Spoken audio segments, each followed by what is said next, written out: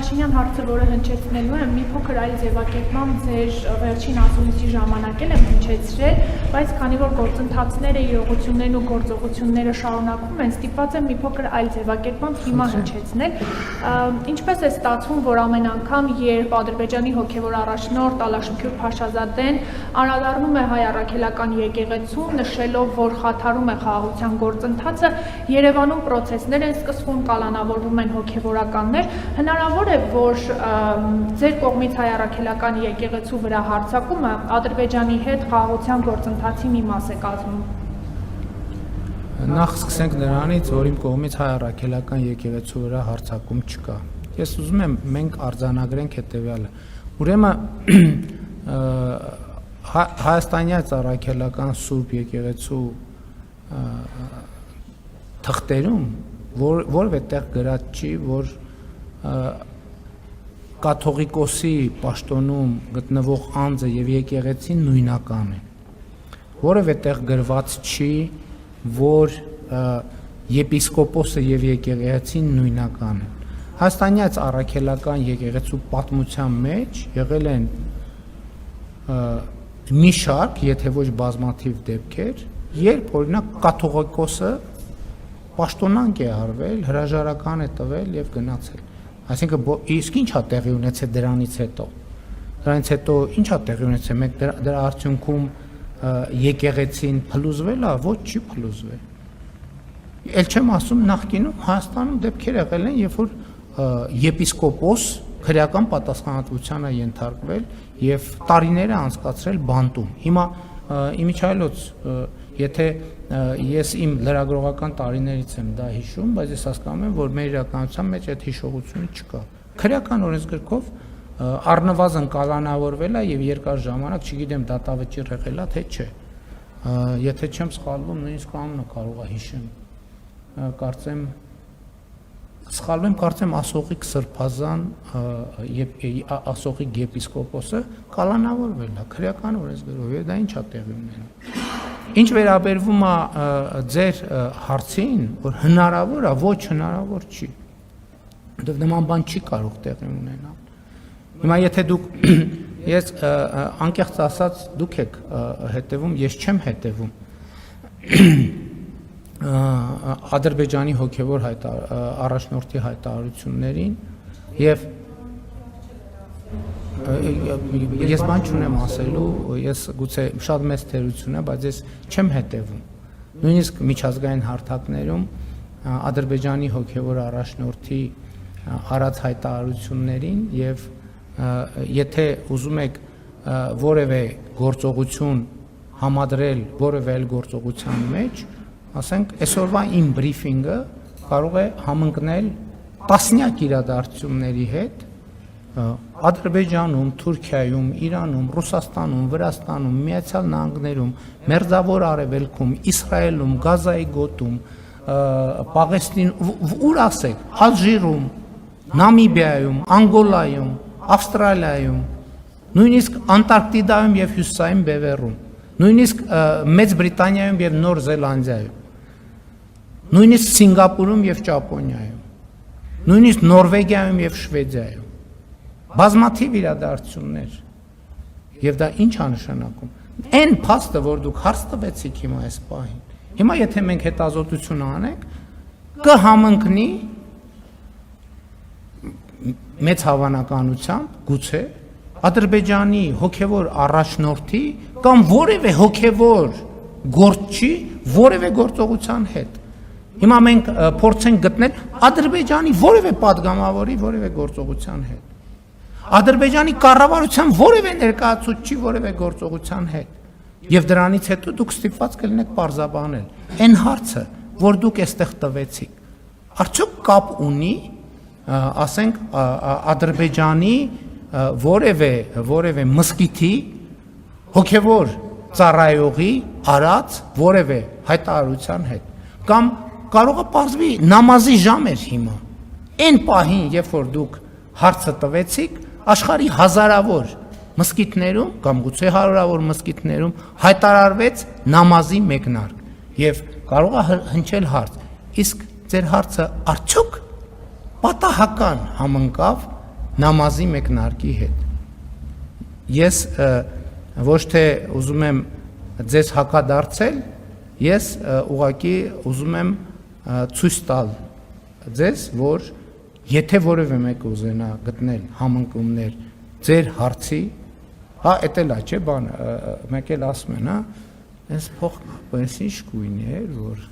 ձեր հագուստը, ձեր այն որ հիմա ձեր ցախ ականջին ականջակալ կա, իսկ կարող է Ադրբեջանից զանգել են, հուշում են, ասում են, այ հիմա կամ չգիտեմ, Ադրբեջանից չէ, Նոր Զելանդիայից կամ ինչ որ երկրի հատուկ ծառայություն է, հասկանում եք։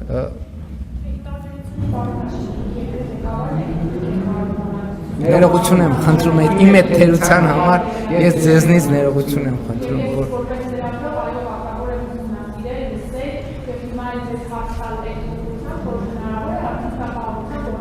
Ոչ, ոչ։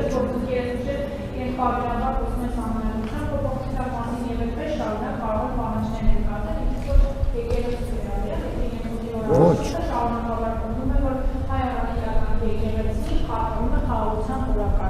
Ոչ, ամենայն հարգանքով ես չեմ վիճարկում ձեր հարց տալու իրավունքը։ Ես ձեր հարցին պատասխանում եմ ոչ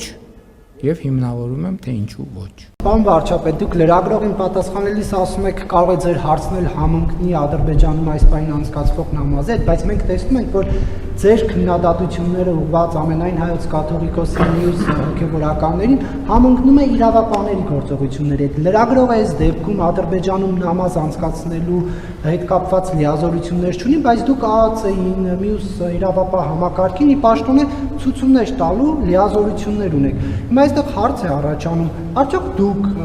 ձեր այս քաղաքական հայտարարություններից հետո են այդ գործողությունները իրավապահները իրականացնում, թե ոչ եւ ընդդիմությունը իրեն զգում է 37 թվում, ասում է հիմա տեղի է ունենում այն,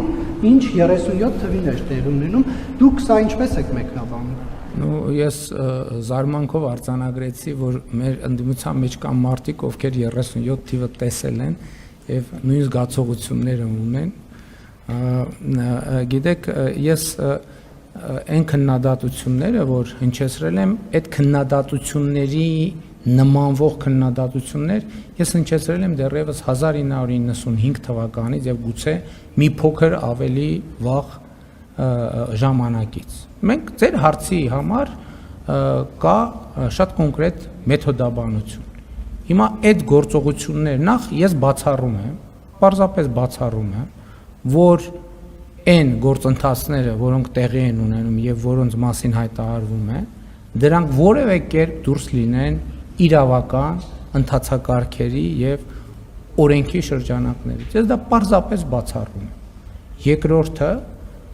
ենթադրում եմ դուք ավելի շատ փաստեր կունենաք այդ գործերի եւ նրանց մանրամասների վերաբերյալ, քան ես ինքս, որովհետեւ էլի եմ ասում, դուք ասում եք, որ ես հրահանգներ տալու լիազորություն ունեմ, ես ոչ բոլորին հրահանգներ տալու լիազորություն ունեմ, եւ էլ չեմ ասում, որ չեմ կարծում, թե Հայաստանում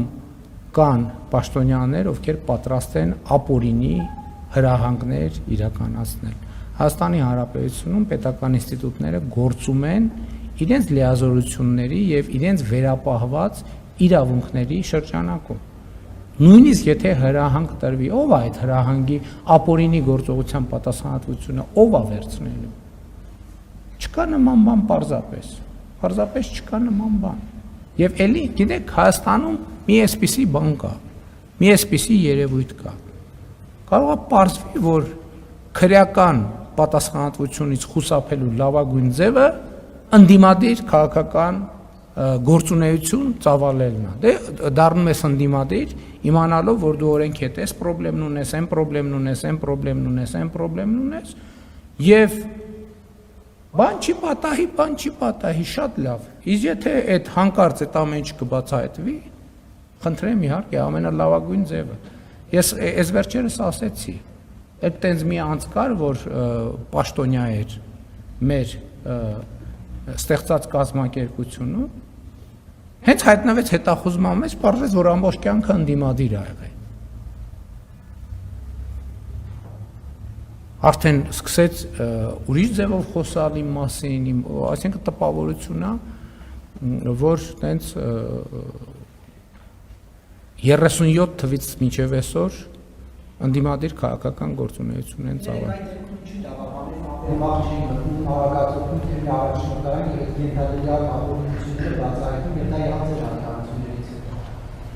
Ենթադրում եմ, բայց ես երեք լուրերի թողարկումն եմ նայել, եւ ես իմացել եմ, որ գործողություն հաղորդում ա եղել հանցագործության մասին, եւ հանցագործության մասին հաղորդմանը եղել է արձագանք։ Չի լինում քրեական ընթացակարգ